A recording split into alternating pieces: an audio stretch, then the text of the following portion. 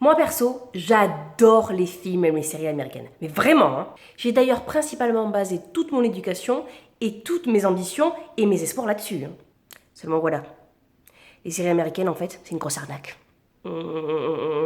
Par exemple, dans les films américains, ils veulent nous faire croire que tous les hommes de la Terre sont hyper romantiques et qu'ils traversent une ville entière pour te dire qu'ils t'aiment, finalement sous la pluie ou en plein aéroport. Et toi, t'y crois quand t'as 15 ans? Tu crois vraiment que tous les mecs sont comme ça? Sauf qu'en fait, dans la vraie vie, voilà.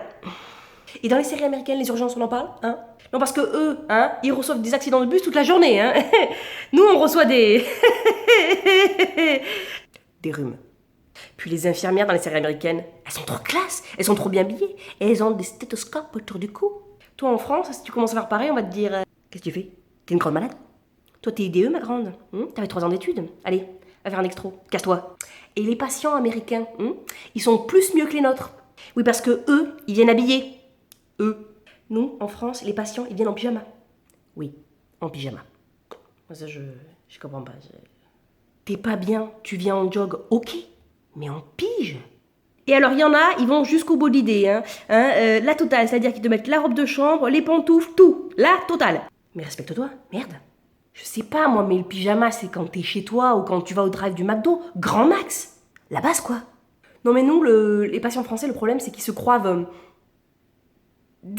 J'ai fait exprès. À la maison, hein. Et du coup, open bar, hein. Ils croient que tout est réalisable, hein. Excusez-moi. La ventilation de ma chambre fait beaucoup de bruit et ça accentue ma migraine. Est-ce qu'il y aurait possibilité de changer de chambre? Regard perplexe. Ah non mais je vous jure, j'en rajoute pas. Hein. Ils pensent vraiment que tout leur est dû, hein, les patients français. Vous penserez à demander un arrêt de travail au docteur, mademoiselle, hein? Un arrêt de travail? Et pourquoi faire? Bah, le pauvre, il a mal, hein, il peut pas travailler dans ces conditions, voyons. Dans ces conditions? Mais monsieur, il a pas la jambe cassée, là. Il a juste la bouche remplie d'aft. En fait. Visage perplexe. Connard d'un merloc.